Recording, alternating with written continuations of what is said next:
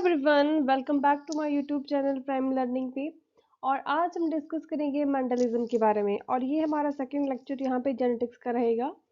ये जो हमारा लेक्चर है इसमें हम मेनली डिस्कस करेंगे history of genetics, Mendel's law of inheritance, law of dominance, incomplete dominance and को डोमिनेंस। वीडियो को शुरू करने से पहले अगर आप लोगों ने हमारे चैनल को अभी तक सब्सक्राइब नहीं किया है तो इसको सब्सक्राइब करें और ज़्यादा से ज़्यादा इसको शेयर करें। तो चलिए वीडियो को शुरू करते हैं। ग्रीगर जोन मेंडल जो हैं उनको फादर ऑफ जेनेटिक्स कहा जाता है और बेसिकली वो एक ऑस्ट्रियन मॉन्क थे। वो बिलोंग करते थे ऑस्ट्रिया से और उन्होंने कंडक्ट करी थी एक स्टडी जिसमें उन्होंने एक्सपेरिमेंट किए थे हाइब्रिडाइजेशन पे। और उन्होंने जो अपना मॉडल प्लांट लिया था वो था गार्डन पी। उन्होंने 7 साल इस गार्डन पी पे काम किया है। उन्होंने 1856 से 1863 तक इस पे काम किया है और उन्होंने प्रपोज किए हैं लॉ ऑफ इनहेरिटेंस। 1865 में उन्होंने अपना काम पब्लिश किया था। जो उन्होंने हाइब्रिडाइजेशन पे एक्सपेरिमेंट्स किए थे उनको उन्होंने एंटाइटल्ड किया था एक्सपेरिमेंट ऑन प्लांट्स हाइब्रिडाइजेशन, जिनको उन्होंने पब्लिश किया था एक जर्नल में। उसका नाम है the proceeding of Brunn society of natural history. और उनके जो पोस्टुलेट उन्होंने यहाँ पे दिए हुए हैं उनको हम आज जानते हैं प्रिंसिपल ऑफ इनहेरिटेंस, इसको हम कहते हैं, और इनको मैंडल्स लॉ भी कहा जाता है। बट उनका जो काम था 19th सेंचुरी उस टाइम पे उनका जो काम था उसको कोई रिकॉग्निशन नहीं मिला था। जबकि बल्कि इसके विपरीत हुआ था कि उनके काम को इग्नोर किया गया था कि नहीं, ऐसा कैसे पॉसिबल है। क्योंकि उन्होंने बायोलॉजी में एक रिलेशन क्रिएट किया था कि बायो में उन्होंने मैथमेटिक्स डाल दिया था। तो जो जो साइंटिस्ट थे उन्होंने उनके काम को इग्नोर किया, रिजेक्ट किया कि not, this is not possible. But जो 1990 था, 1990 में क्या हुआ, तीन बायोलॉजिस्ट थे, उन्होंने इंडिपेंडेंटली इसके ऊपर रीडिस्कवरी करी थी। फर्स्ट थे यूगो डिवरी जो हॉलैंड से थे, सेकंड थे कार्ल कॉरेन जो कि जर्मनी से थे, और थर्ड थे एरिक टेस्मार्क जो कि ऑस्ट्रिया से थे। जो मेंडल थे उन्होंने स्टैटिकल स्टडी की थी, मतलब उन्हें मैथमेटिक, उनका जो बैकग्राउंड था वो मैथमेटिकल बैकग्राउंड था। उन्होंने क्या किया, उन्होंने ट्रेड स्टडी करी थी जिसमें कि ट्रेड्स क्या होती है, inherited as a discrete factor, जो कि इनहेरिटेड होते हैं एज अ डिस्क्रीट फैक्टर, और जो क्या करते हैं रिगेन देयर, जो कि रिटेन रहते हैं इनकी physical identity in a hybrid, right. So in factors को उन्होंने कहा था जीन। जीन इसको, और जो टर्म है जीन, इसको कॉइन किया गया था, इसको दिया गया था डैनिश बॉटनिस्ट थे एक, जिनका नाम विलियम जॉनसन था। उन्होंने 1909 में इसको क्वाइन किया था। और जो जीन होती है वो यूनिट होती है हेरिडिटरी का, that may influence the outcome of organism trait, right. अब मेंडल ने क्या एक्सपेरिमेंट किया था उसके बारे हम डिस्कस करेंगे। मेंडल ने क्या किया था, उन्होंने अपनी जो इन्वेस्टिगेशन थी उन्होंने पी प्लांट पे की थी, जो कि गार्डन पी प्लांट होता है, जिसका साइंटिफिक नेम जो है वो पाइसम स्टाइवम है। तो उन्होंने क्या किया, उन्होंने ये देखा कि जो पी प्लांट है उसके कुछ पौधे, जैसे कि कोई पौधा इसकी जो हाइट है वो टॉल है, किसी की ड्वार्फ है, या किसी का जो पॉड शेप है वो स्मॉल है या श्रिंक्ड है, किसी की जैसे लार्ज है। और तो उन्होंने इसके ऊपर उन्होंने सोचा कि ऐसा क्यों हो रहा है, ऐसा क्या फैक्टर है, ऐसा क्या चीज़ है जो ये सभी प्लांट्स में इंट्रोड्यूस कर रहा है। तो मतलब सारे एक बराबर क्यों नहीं, अगर छोटे हैं तो छोटे ही क्यों नहीं है, तो बड़े हैं तो बड़े क्यों नहीं है, तो या कुछ बड़े हैं कुछ छोटे हैं, तो ऐसा क्यों है। तो उन्होंने फिर इसके ऊपर स्टडी किया था। उन्होंने क्या किया, उन्होंने पी प्लांट लिया, उन्होंने उसके करैक्टर्स लिए थे, जैसे कि टॉल और ड्वार्फ प्लांट या येलो और ग्रीन सीड। उन्होंने क्या किया, उनकी कॉन्ट्रास्टिंग ट्रेड स्टडी करी थी मेंडल ने, जैसे कि जो स्टेम, अगर स्टेम हाइट, ठीक है, उन्होंने फर्स्ट करेक्टर लिया था वो था स्टेम हाइट की टॉल और ड्वार्फ। सेकंड था flower colour, that is violet और वाइट। थर्ड था फ्लावर पोजीशन की, फ्लावर कहाँ पे, एक्सियल पोजीशन पे है या टर्मिनल पोजीशन पे है। फोर्थ है पोड शेप, इनफ्लेटेड है या कंस्ट्रिक्टेड है। पोड कलर ग्रीन है या येलो है। सीड शेप राउंड है या रिंकल्ड, और सीड कलर येलो है या ग्रीन। अब उन्होंने पी प्लांट ही क्यों लिया था अपनी स्टडी के लिए, क्योंकि इसके कुछ एडवांटेजेस थे। एक तो ये शॉर्ट लाइफ स्पैन का होता है, ठीक है, इसकी जो लाइफ स्पैन होती है वो 2 to 3 मंथ्स का इसका लाइफ स्पैन होता है। और लार्ज नंबर ऑफ प्रोजेनी इसमें मिल जाती है। ये बाइसेक्सुअल फ्लावर है, राइट। बाइसेक्सुअल का मतलब है कि जो मेल और फीमेल है वो अलग अलग, ठीक है, फ्लावर्स हैं, ठीक है। तो रिक्वायर्ड फॉर सेल्फिंग, तो अगर मेल और फीमेल, ठीक है, रिक्वायर्ड सेल्फिंग इन्होंने क्रॉस किया, ठीक है, सेल्फिंग के लिए वो रिक्वायर्ड थे। वेल डेवलप्ड उसमें सेक्स ऑर्गन थे, इजी फॉर मेस्कुलेशन, राइट। अब इसके बाद हम डिस्कस करेंगे कि पुनेट स्क्वायर क्या होता है, ठीक है। पुनेट स्क्वायर तो ये जो डेवलप किया गया था पुनेट स्क्वायर, ये एक ब्रिटिश जेनेटिक्स थे जिनका नाम रिगिनार्ड सी पुनेट था, राइट। तो उन्होंने एक ग्राफिकल रिप्रेजेंटेशन दिया था to calculate the probability of all the possible genotype of offspring in a genetic, ठीक है। उन्होंने क्या किया था, ग्राफिकल रिप्रेजेंटेशन दिया था टू कैलकुलेट करने के लिए probability of all the possible genotypes of offspring in a genetic cross, right. इसका एग्जांपल हम यहाँ से देखते हैं। जैसे कि उन्होंने क्या किया है, ठीक है, जैसे कि एक डार्विन ने लिया था करेक्टर टॉल, या जैसे हाइट है, टॉल है या ड्वार्फ है।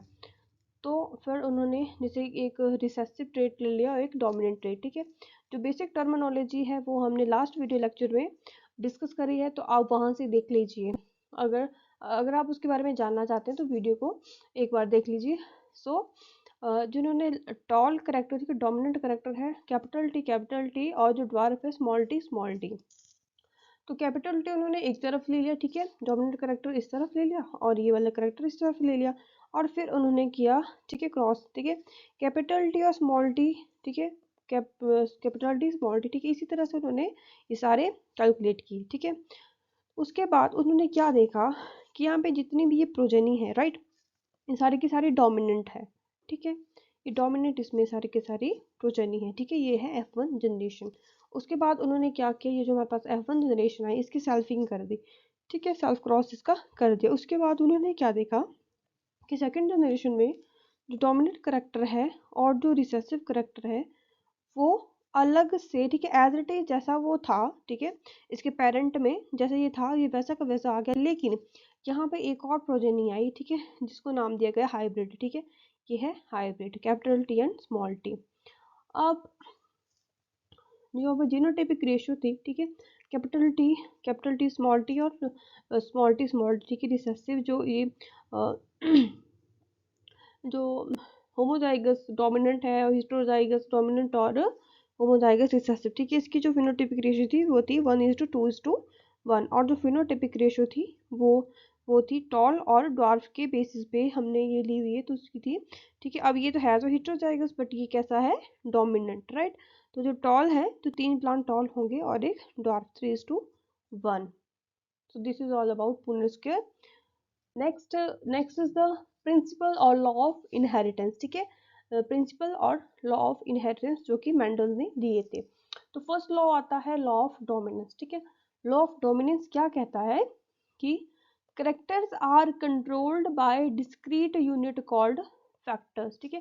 तो करेक्टर्स होते हैं उनको कंट्रोल कौन करता है, एक डिस्क्रीट यूनिट है जिसको हम फैक्टर या जीन इसको बोलते हैं, राइट, फैक्टर या gene.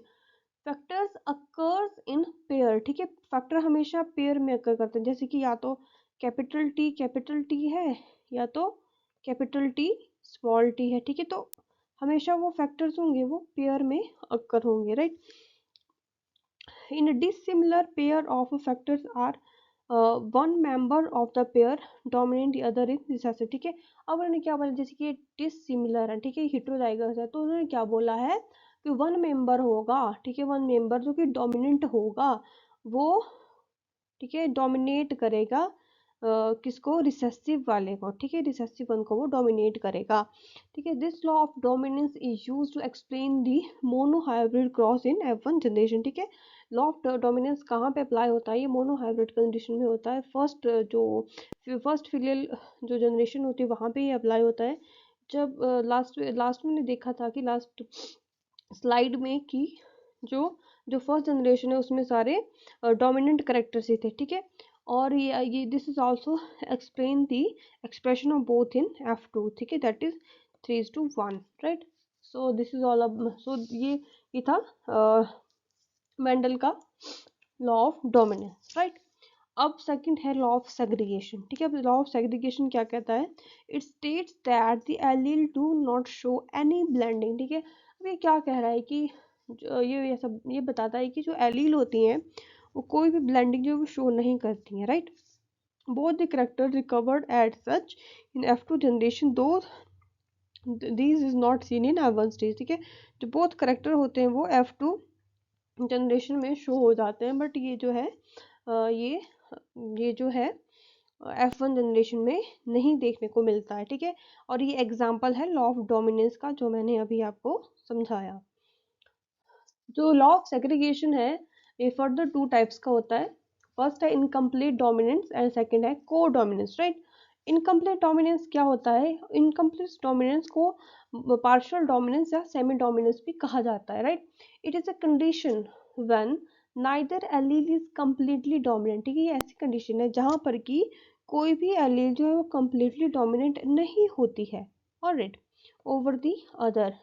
It is recognized by the heterozygous TT expressing an intermediate phenotype uh, relative to parental phenotype, right।